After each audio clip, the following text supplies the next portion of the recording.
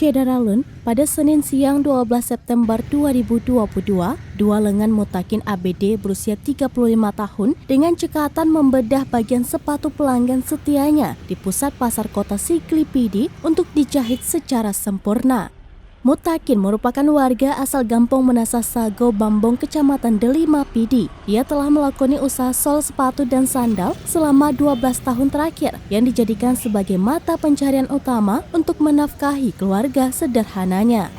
Setiap pagi sekitar pukul 8:30 waktu Indonesia bagian Barat, ia telah mulai bekerja di lapaknya.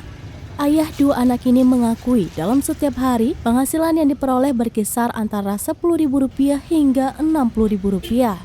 Penghasilan terbanyak yang ia dapatkan hanya di bulan Ramadan, terutama pada pekan terakhir menjelang Lebaran, bisa mencapai Rp500.000 dalam setiap harinya.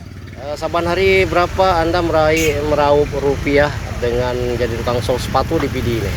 Enggak tentu, kadang-kadang ada 50, kadang-kadang ada 100 sampai 150. Biasanya puasa itu padat ya, menjelang Lebaran ya? Kalau mau Lebaran itu sebelum 5 Lebaran itu udah rame, itu pakai antri orang yang menjahit.